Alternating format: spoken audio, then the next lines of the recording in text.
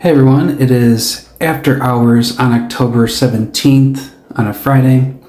Have you ever seen this before? Account deficit, meaning your Robinhood account has negative buying power. And that's what's happening to me right now. And I know why. It's because I had some options going on in the background that are still settling and a lot of money going on. Says that I can't open new positions until the deficit is resolved. And once my pending options, exercises, or assignments have been processed, please check back. So who are the culprits here? You can see a lot of pending options going on here. And a lot of these have expirations, but we see something called a call assignment and a call exercise. Another assignment. All those other things that say expiration are deals that expired worthless. They didn't go past the strike price, and I wasn't forced to buy or sell any stocks. But with these assignments, you can see these are the big ones. The call assignments and the call exercise pair was with a call credit spread. And the O put assignment, I was forced to buy O at the $60 strike price. And that cost me some money. So we have this assignment. We see it's pending confirmation by the Options Clearing Corporation. They expect everything to be settled by Monday at market open. And with this pair, these are each a leg of a call credit spread. And I was forced to buy 100 shares of TLT and forced to sell 100 shares of TLT. And O, I was forced to buy 100 shares at $60 each. So I spent $6,000 on the O. And for the TLT, I bought 100 shares at $90 and sold 100 shares at $89. And that's where those are the main culprits of why I have an account deficit and waiting for that to settle. So in the next video, it'll be Monday morning, and we can see where the account is actually at, and we can go from there and see how the account is doing. But overall, in most situations, don't panic if you see that account deficit. See you on Monday. Hey everyone, welcome back. Today's October 20th, 2025.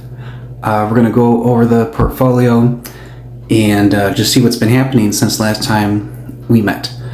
So you can see here the buying power is $13,577. So awesome. That little account deficit warning is now gone because everything is settled. Today is Monday. Everything has officially settled with the options clearinghouse people. So it's nice to see that number as something normal and not negative. So now I'm allowed to buy and sell things and do whatever, look normal, which is great. Okay, and this is the first time I've seen this. Let's look at the system update. Issues related to AWS, which is the Amazon Web Services that a lot of people use, says one of our third-party vendors. So, they do stuff like databases, they're their own cloud. So it looks like Robinhood uses AWS to handle a lot of their back-end data stuff. It's affecting some Robinhood services. Our team is working to resolve this ASAP. So that's the first time I've seen that, but just consider that as part of a risk of using, I guess, any kind of brokerage or technology, because I'm sure lots of other brokerages are using AWS as well. They're using Amazon, and even billion-dollar companies like Amazon and Google and Meta, they're going to have issues from time to time, just like everyone else, and it's going to affect a lot of people. I'm sure you've seen that kind of thing before. Oh, I can't swipe it away. Okay. So I guess let's look at the overview of the portfolio. Let's see. So today we are kind of flat. Slightly up today. Slightly up past week, pretty much flat. 1 month up 2.5%. Great. Past 3 months up 8%. That is fantastic. You will not find a savings account that can do that. And since 2025, nothing's loading. So maybe that's just an issue with their servers on the back end. Oh, there it is. Since, 2025, since the start of this year, I am up almost 12%, which is incredible. Love to see it. But just keep in mind, keeping that risk factor in the back of your mind, this could say, just as easily, negative 12% year to date. So I wouldn't recommend putting all your money into investing in the stock market, because, the whole thing could crash tomorrow. You never know. Just put in whatever you can afford to invest. Never go all the way into one thing. So, let's check out the notifications, see what's been going on since last time we met. Click on that little bell in the top right. All right, let's see. With McDonald's, I bought and sold some of this. Tried to do a little bit of day trading.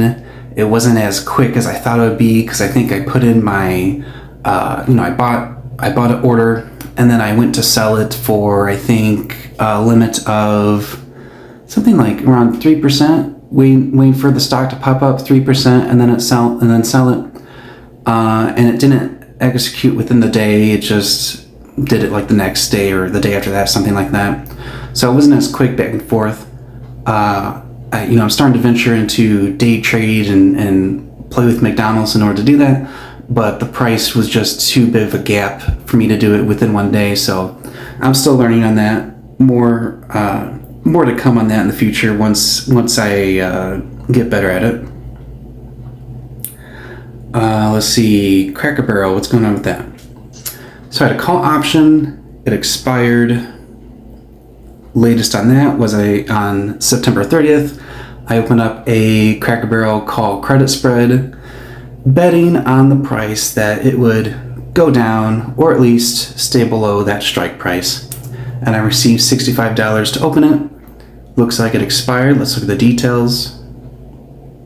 Oh, okay. Let's see. Cracker Barrel expired last Friday. Yeah, Cracker Barrel price was, you can see it's $39.62. That was price to expiration. My strike price was $50. And so this was well below that strike price. So it expired worthless, which is good for me because I got to keep all the premium.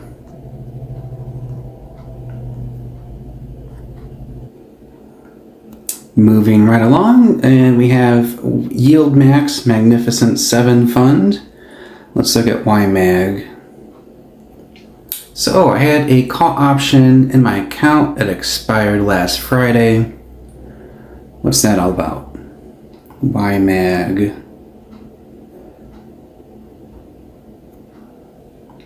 Alright, so we had a $16 call, 10/17 expiration.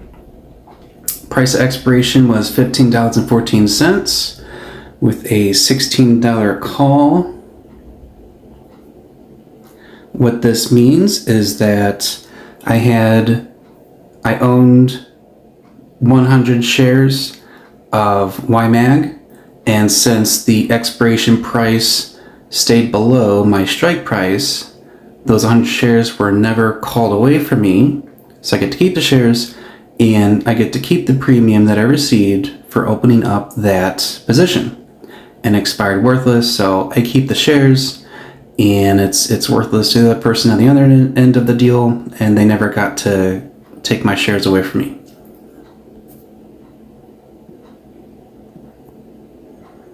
And let's look at YMAX, YMAX Magnificent 7 Fund. No, sorry. Let's look at TLT, Treasury Bonds. Okay, this one's the big one. Lots of money involved here. So last Friday, I bought 100 shares of TLT. I bought it, I was forced to buy it for $9,000 because of the way there's a call spread, because of the way that the expiration price was on expiration date, which was last Friday. It was at a certain price point, and it was against my call credit spread position, so it automatically forced me to buy 100 shares of TLT for $9,000. And that's what made my account dip below, probably in the negative territory, while everything's still being settled. And that's why my account was in a deficit. That's why I had the little triangle warning. But on the other hand, that other leg of the call credit spread means that I turned right around and automatically sold that 100 shares I just bought for $8,900.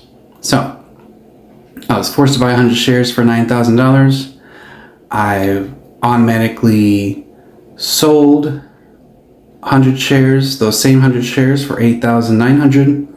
Yes, that does mean that I lost $100 on that deal. Well, not all the way $100, because I did receive some credit to open it from the premium, so it's going to be less than 100. But overall, it's better than being down $9,000. So that's why we have the protection of that other leg of the call credit spread, in order to prevent a total catastrophic loss. I knew going in that the loss would be limited. And even when I saw the position move against me, I figured it's not really worth it to spend, say like $50 or $60 something just to close it. I was just going to let it ride to expiration, and whatever happens. So I know that I'm just down less than $100 for like a max loss of this TLT thing. And that's fine with me. What else do we have? Lithium Americas LAC put option expired. What happened there? LAC. Alright, so LAC $5 put expired last Friday at 10 contracts. Because the price was well above $5, it never dipped below it. Then that means I was never forced to buy LAC for $5 each. For 10 of them, times 100 contracts. So expiration price was above the $5 strike price. It expires worthless. I get to, my collateral that was going to buy this is freed up, and I get to keep the premium that I received to enter into that deal. So everything's hunky-dory with that.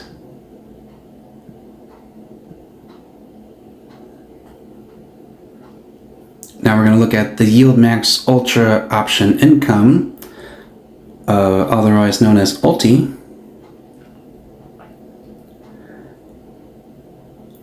Let's see, so last Thursday, because I own 700 shares of ULTY, I received a dividend of $63.56. And with ULTY, this is the weekly options. So I'm going to receive a dividend every single week, which is why I like this stock. And let's see, my ULTY call option in my individual account expired. What's going on with that? ULTY.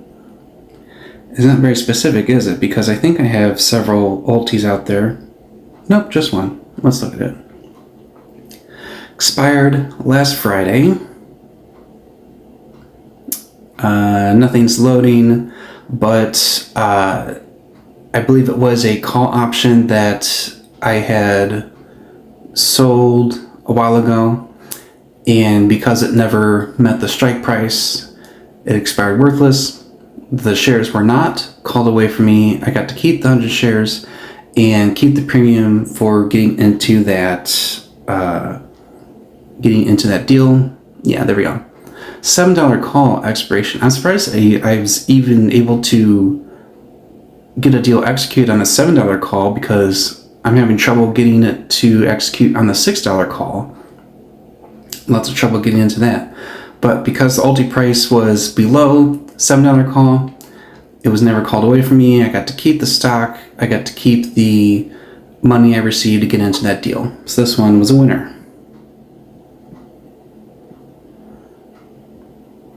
YMAX Universe Fund of Options, YMAX. What's going on here? So last Friday, my put option expired. And you can see above that, I entered into a deal on September 15th. 2 option strategies, filled at the average price of $15 per strategy.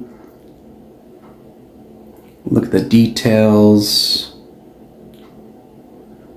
if they'll load. And these expired worthless, kind of same deal as the ULTY. They expire worthless, I keep the premium, and the shares are not called away from me. Well, it's a put option, so I was never forced to buy the stock.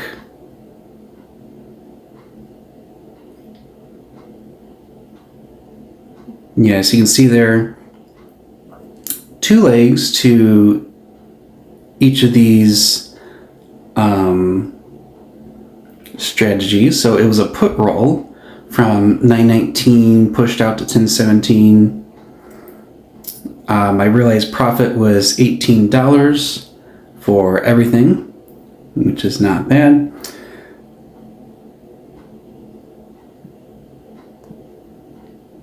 What else do we have? Realty income. Realty income. I was assigned on my O put option. So looks like I'm finally getting into O, which is what I wanted. Good for me. I was forced to buy 100 shares of O for $6,000 total. And let's look at O. So see that O, $57.50 put expiration. That one is different. So that one right there. This was a separate deal than what we're just looking at. There's a put expiration. So I had one contract. You can see the price at expiration was just below $60, but it did not sink down to $57.50, so I was not forced to buy 100 shares of this. This contract expired worthless. I got to keep the premium for entering into that deal. The other O, that put assignment, this one, yes, O was below $60 at expiration, just below it, and because of that, it was triggered that that the contract is triggered and executed where I am forced to buy 100 shares at $60 each, and the total cost was $6,000. So this is the one where because of the different strike price at $60, I'm forced to buy 100 shares of it. And so I am now the proud owner of 100 shares of O, and I can turn around and sell a call on it.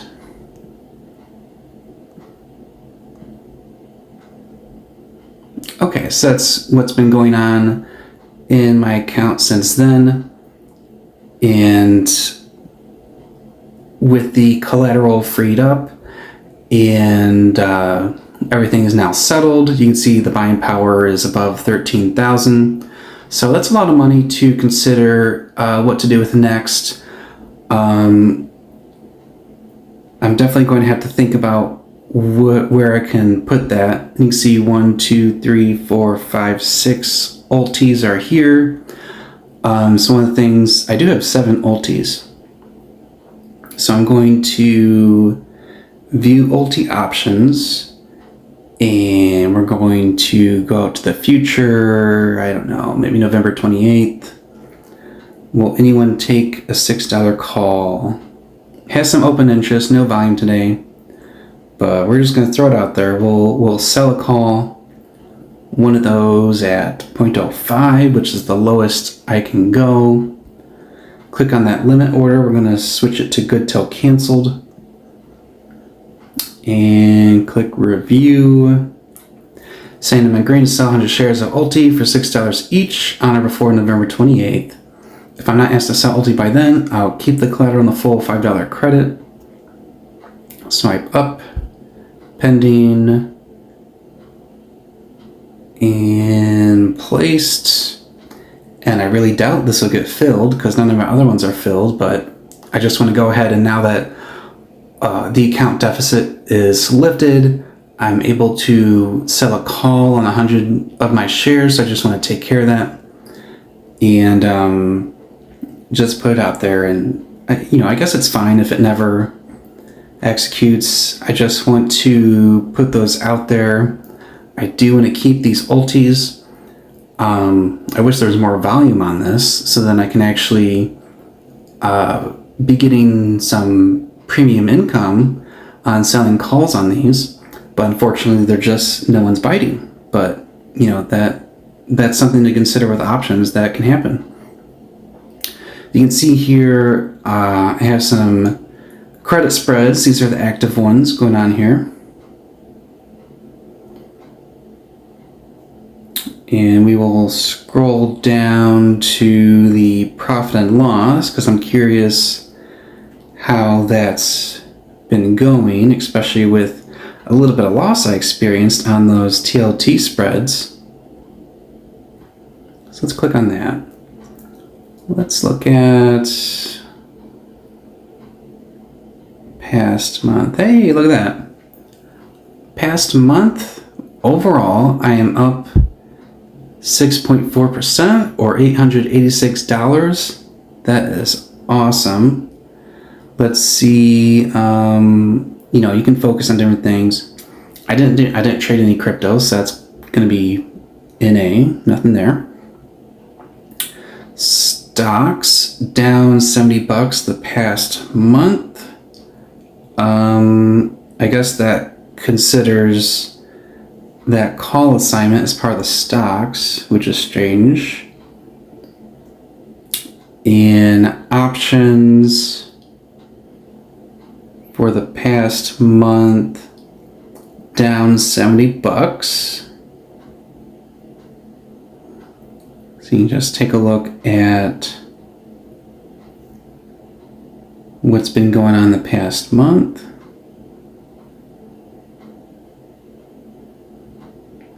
I think the TLT set me back. Okay, so as far as options are concerned, I am up $957 the past month, which is great. Past 3 months, $1,211. And year to date, $2,600. So let's just consider year to date. Since 2025 has been happening, I've made $2,600 on options. How does that compare to stocks and ETFs? A lot better, but I knew that because I took a lot of the stocks at a loss when selling them. But on the other hand, that did free up capital for me to play in the options space. And crypto, I think I might have sold a little bit, so I made about $62 on that. Overall, putting it all together, I am up 3.14% year to date. Oh, that's up about 5%. That's fun. So that's $1,688. So yeah, I am happy with that, and hopefully we can continue to make more wins than we have losses.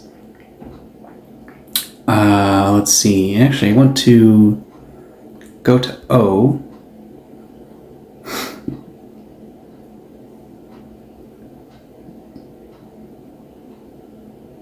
Come on, there we go. Royalty income. So I own 100 shares of Royalty income. I now own at least 100 shares of Royalty income. So that means we can click trade, trade options. Let's go to November. What do we want to do here? Sell a call.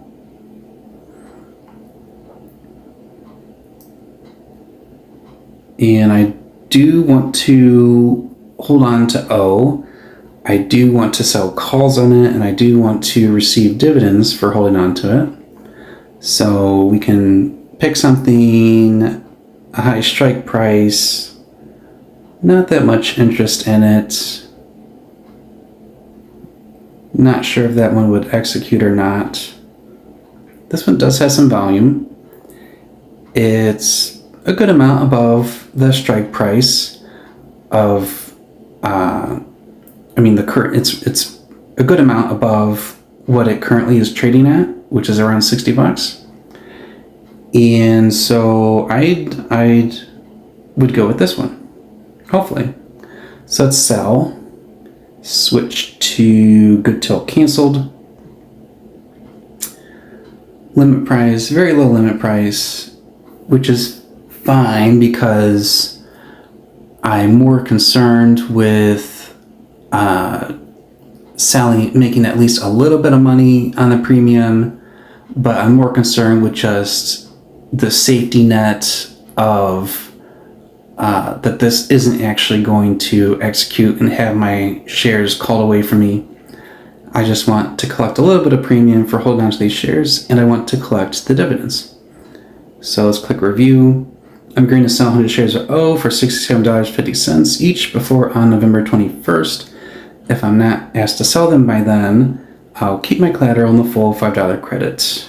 Sounds good to me. Okay, so I took care of ULTY, I took care of O, and then I'm going to think about where do I want to place my money after that with my buying power.